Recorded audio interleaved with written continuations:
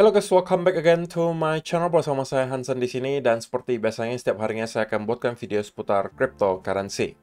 Apa kabar kalian hari ini semuanya? Semoga dalam keadaan yang baik-baik saja. Teman-teman, kita kembali melihat Bitcoin terkoreksi dan membentuk lower low baru, bahkan sempat break di bawah area 40.000 sebelum mendapatkan sedikit rebound ke area kurang lebih 40.000 di mana kita stay sekarang. Dan kita bakalan bahas di video hari ini kira-kira apa yang sedang terjadi secara price action, diikuti apa yang bisa kita expect untuk beberapa waktu mendatang, dan juga beberapa data di belakang layar yang menurut saya wajib untuk kalian ketahui. So, stay tune terus sampai akhir video. Nah, sekarang kita bakalan mulai dari CoinMarketCap terlebih dahulu. Per hari ini secara global, market cap crypto berada di angka 1,57 triliun dolar atau turun sekitar 3,19%. Nah, di top 10 coin sendiri kita juga melihat semuanya dalam keadaan merah. Penurunannya ranging antara 1, sekian persen hingga kurang lebih 6%. Menariknya teman-teman, kalau misalnya kita lihat, walaupun Bitcoin sempat jebol di bawah 40.000, yang sebenarnya bisa menjadi sebuah katalis yang sangat besar untuk penurunan lebih lanjut, tetapi rupanya altcoin bertahan dengan baik teman-teman. Biasanya kalau kita melihat Bitcoin break dari salah satu major support, altcoin itu bisa berdarah-darah gitu loh. Bisa dropnya sampai 10-15% atau bahkan ada yang mungkin sampai puluhan persen. Tapi untuk sementara reaksinya sepertinya nggak lebay-lebay banget gitu ya. Dan kita masih melihat cenderung justru kuat loh ketahanan altcoin terhadap apa yang kita lihat di Bitcoin. So, itu adalah outlook sementara dari beberapa top coin yang ada. Sekarang kita langsung aja masuk ke beberapa data dan berita terbaru hari ini. Nah, yang pertama, teman-teman, kita melihat 24 jam terakhir kembali ada likuidasi yang cukup besar angkanya, 224 juta dolar, dan 82%-nya itu datang dari arah long. Jadi sedikit banyak penurunan yang kita lihat di Bitcoin juga dibantu oleh yang namanya long squeeze. Kita tahu bahwa di sekitaran area 39 ribuan harusnya banyak sekali tumpukan stop loss yang bisa dihajar oleh market maker. Karena kita tahu area 40.000, 41, 42 selalu digadang-gadang seperti area yang wajib dipertahankan gitu ya. Itu adalah area major support, sehingga pasti banyak orang long di sekitaran area tersebut dan menaruh stop loss mungkin di sekitaran area 39 atau 38.000 dolar. Sehingga itulah juga kenapa alasan saya sampaikan di beberapa video terakhir bahwa ekspektasi saya adalah local bottomnya kemungkinan ada di sekitaran area 35 sampai 38.000 dolar. Oke, itu yang saya sampaikan di beberapa video terakhir. Nah, tetapi apakah kita akan langsung nyampe ke sana ataukah kita akan mendapatkan rebound terlebih dahulu? Nah, kita bakalan bahas itu nanti di price action. Tetapi intinya penurunan yang kita lihat selama 24 jam terakhir itu juga sedikit dibantu oleh yang namanya long squeeze atau ada likuidasi dari arah long. Tetapi teman-teman, kalau misalnya kita lihat data yang ada, ini fakta ya teman-teman, bahwa untuk shrink net position change atau orang-orang yang mempunyai Bitcoin di bawah 1 Bitcoin, ya intinya para retail lah gitu ya. Akumulasi terus-menerus berlanjut teman-teman. Kalau misalnya kita perhatikan, untuk sekarang stream supply itu sudah 1,38 juta Bitcoin. Disampaikan di sini, the stream cohort continues to aggressively accumulate Bitcoin at a rate of plus 23,700 Bitcoin per month, bringing the total stream supply to a value of 1.38 million Bitcoin. Jadi, akumulasi terus-menerus berlanjut, teman-teman. Kita tahu bahwa selling pressure yang kita lihat selama beberapa hari terakhir itu dominan datang dari Grayscale. Hampir setiap hari bahkan, kalau misalnya kalian lihat ada alert gitu ya, itu ada belasan ribu biasanya, belasan ribu atau ribuan Bitcoin yang didepositkan ke dalam Coinbase. Itu kemungkinan besar datangnya dari Grayscale. Dan beberapa hari terakhir kita melihat setiap hari ada ribuan, belasan ribu Bitcoin yang didepositkan ke dalam Coinbase ya untuk dijual. Nah, mungkin pertanyaan berikutnya adalah sampai kapan nih kira-kira selling pressure dari Grayscale itu bakalan berakhir? Ya sebenarnya tidak ada yang bakalan tahu ya, cuman ya harusnya cepat atau lambat kita akan melihat penurunan selling pressure terjadi, karena kalau misalnya orang yang mau menjual harusnya ya beberapa minggu pertama mereka sudah lakukan hal tersebut gitu. Jadi harusnya ya kita bisa melihat selling pressure itu berkurang dalam 1 atau 2 minggu ke depan. Saya cukup yakin hal tersebut akan terjadi. Bukan berarti sudah habis ya, tapi berkurang teman-teman. Oke, jadi itu adalah sesuatu yang mungkin perlu kita camkan, bahwa selling pressure kemungkinan masih akan terus ada, tetapi itu juga diimbangi dengan demand yang terus juga konstan ada, teman-teman. Itulah kenapa kita bisa melihat Bitcoin masih stay di angka 40-an ribu. Ya berarti masih ada buying pressure di sana. Walaupun dihajar terus selling pressure yang besar-besaran dari Grayscale, kita masih stay di angka kurang lebih 40-an ribu dolar. Jadi itu masih adalah sebuah hal yang menurut saya positif untuk kita lihat di Bitcoin, karena rupanya buying pressure tetap masih ada. Walaupun selling pressure yang besar datang setiap hari. Gitu ya. Kemudian, berkaitan lagi dengan spot Bitcoin ETF, disampaikan oleh Ali di sini, excluding Grayscale, all Bitcoin ETF issuers have collectively acquired over 86,320 Bitcoin at an average price of 42,000, totaling a massive 3.63 billion investment. Do you think this seasoned institution really bought at the top? This level of institutional investment suggests a strategic long-term view rather than a big purchase. Jadi teman-teman, walaupun Grayscale terus-menerus menjual gitu ya, excluding Grayscale, kalau kita keluarkan Grayscale, sisanya spot Bitcoin ETF itu, diantaranya ada dari BlackRock, Fidelity, dan kawan-kawan, itu sudah berhasil secara kolektif mengumpulkan 86.300 Bitcoin. Ini hanya dalam kurun waktu 1 minggu lebih, teman-teman. 86.000 Bitcoin. Dan kalian bisa bayangkan, kalau misalnya demand ini konstan terus berlanjut, setahun mereka bisa mengumpulkan seberapa banyak Bitcoin. Oke, sekarang saja sudah 86.000 Bitcoin. Total value-nya 3,63 billion dollar.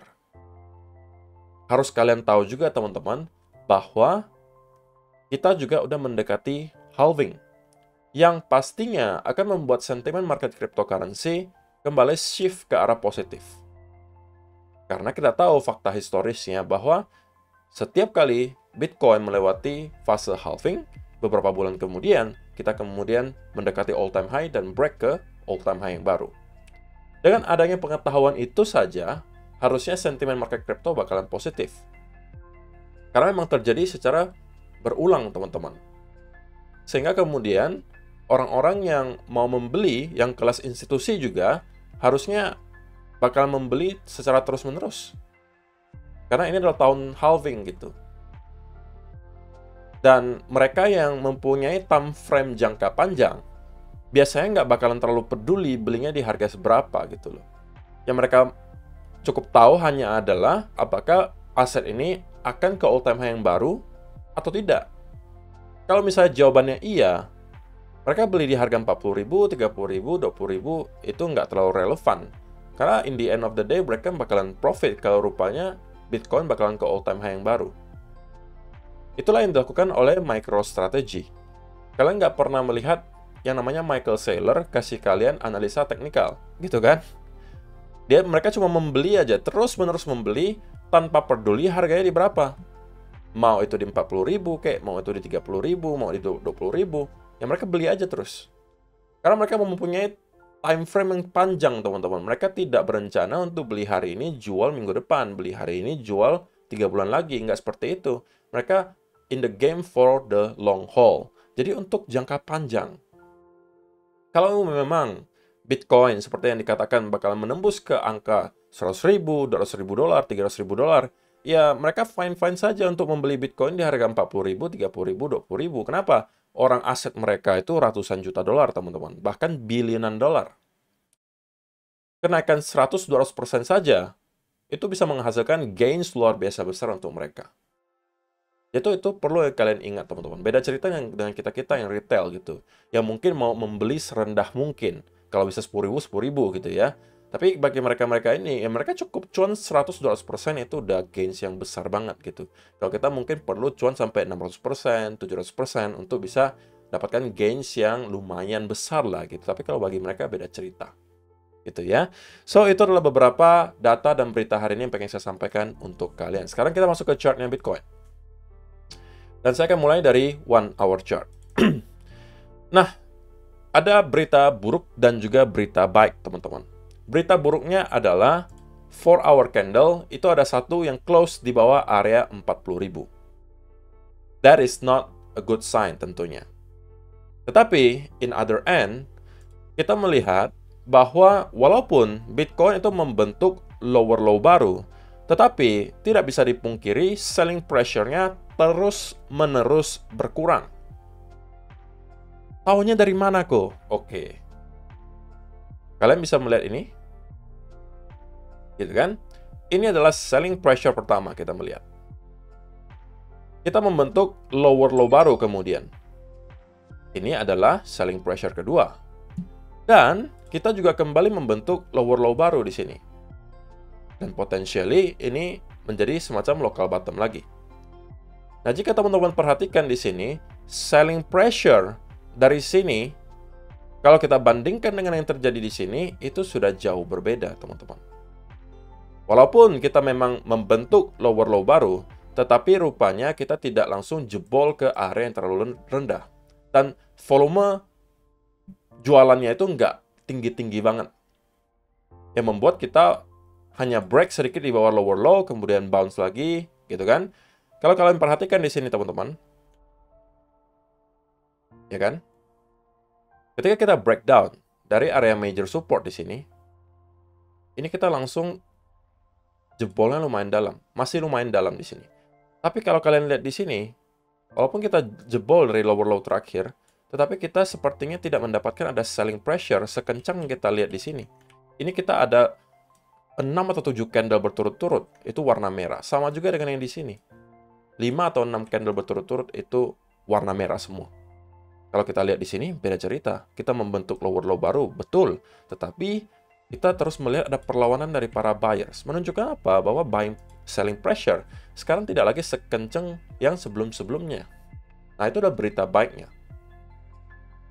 Nah, karena kita sekarang sudah kembali di area 40.000, teman-teman. Oke? Maka tentunya kita harus melihat nih sekarang apakah kita mampu flip area ini menjadi resistance atau justru kita akan kembali bermain di area 41 ribuan dan 40.500. Oke, kalau kita memang langsung reject lagi dari sini, maka memang kita berpotensi untuk meneruskan penurunan ke bawah. Tetapi saya tidak melihat bahwa kita akan secara tiba-tiba mendapatkan Bitcoin break sampai ke area 38, 37, atau bahkan 35 dari sini. Kenapa? Karena sekali lagi, sesimpel volume sell di sini terlihat tidak lagi terlalu kencang. Bahkan saya secara pribadi cenderung merasa bahwa kita akan segera mendapatkan bounce yang lumayan signifikan dari sini. Kalau kita lihat dari 4-hour chart juga sama. Kita lihat dari daily juga sama. Selling pressure-nya nggak kenceng-kenceng amat yang di sini, teman-teman. Oke? Nah, lalu apa yang akan saya lakukan? Begitu kan? Mungkin pertanyaannya. Nah, saya akan mencari sebuah setup, teman-teman, yang sebelum-sebelumnya juga ya pernah lah kita lihat terjadi. Ini ada selling pressure, ya kan? Kita membentuk lower low baru, tetapi rupanya kita langsung segera kembali recover. Nah, ini yang dicari, teman-teman. Kita membuat V-shape recovery, ada bull flag. Nah, ini saya akan masuk. Oke? Kalau satu contoh tidak cukup, oke, saya kasih lagi contoh berikutnya, teman-teman. Nah, contohnya seperti ini. Kita mendapatkan ada selling pressure, selling pressure, selling pressure, selling pressure, kemudian membuat semacam V-shape recovery, ada bull flag, dan kemudian ini bisa menjadi tempat di mana saya akan masuk. Nah, jadi udah kenal kan pattern-nya, teman-teman. Nah, itu juga yang akan saya tunggu jika memang dikasih oleh market. Kalau rupanya yang kita lihat berikutnya adalah ada semacam bounce yang signifikan di sini, minimal kembali ke area 41 ribuan dan start untuk mendapatkan ada bull flag, maka bagi saya ini adalah peluang untuk long. Oke, hanya jika hal ini kita lihat. Dasarnya apa kok kalau misalnya kita mau long dari sini? Dasarnya ada dua. Pertama, kita kalau misalnya kembali nyampe ke area 41.000, maka yang kita lihat di sini adalah berarti fake out ke bawah. Di bawah 40.000 itu berarti fake out. Jadi itu sudah ada satu indikasi yang baik. Yang kedua, kita membentuk yang namanya V-shape recovery, which is secara teori adalah bullish. Yang ketiga, kita menunggu adanya continuation pattern, rally, kemudian konsolidasi, diikuti rally berikutnya. Jadi, kita juga menunggu ada konfirmasi berupa bull flag. So, ada 3 alasan secara sekaligus kenapa saya akan masuk kalau senario ini terjadi. Nah, tapi kalau enggak gimana kok? Kalau enggak ya sudah, saya biarkan dulu market memberikan saya clue berikutnya. Sampai saya ketemu lagi ada setup yang bagus, yang risk to reward ratio-nya baik, baru saya ambil lagi. Oke, sesimpel itu. Nah, kalau memang yang kita lihat di sini, teman-teman, adalah breakdown yang valid, maka kita harusnya tidak bisa bermain terlalu lama di sekitaran area 40.500 ke atas. Kalaupun kita hanya jebol sedikit ke atas, itu kemungkinan hanya untuk menjemput sedikit short yang baru saja dibuka, dan kita akan kemudian start kembali sell off gitu ya. Nah, ini adalah berarti kita akan continuation ke bawah.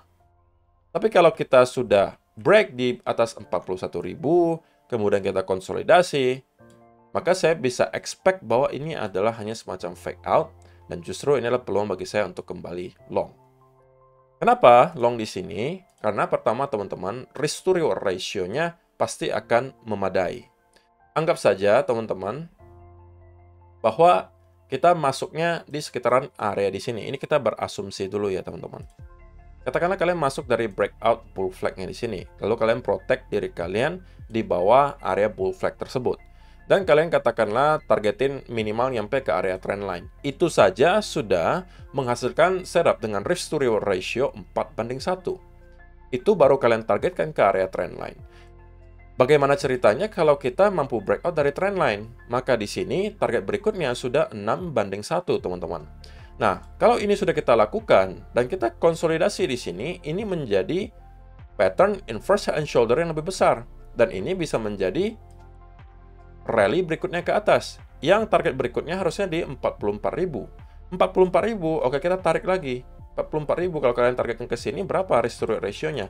8:1.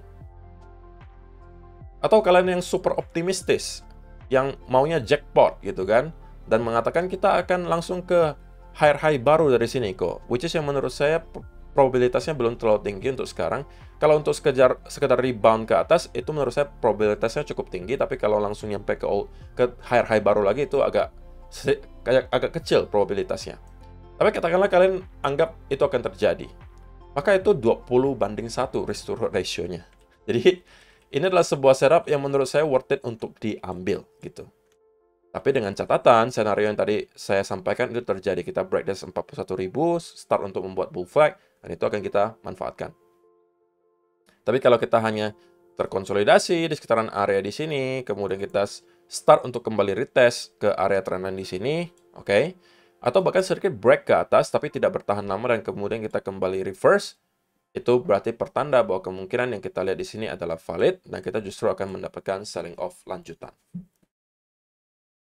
Oke, tapi selling off lanjutan pun bagi saya, penurunannya nggak akan terlalu steep lagi, teman-teman. Nggak akan terlalu signifikan lagi.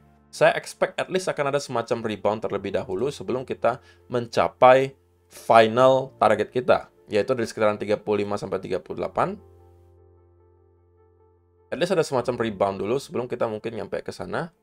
Dan baru pada akhirnya kita mungkin bisa membuat 2 wave gitu ya. Kita bisa membuat 2 wave seperti ini. Bisa juga 3 wave. Sebelum pada akhirnya kita naik ke atas.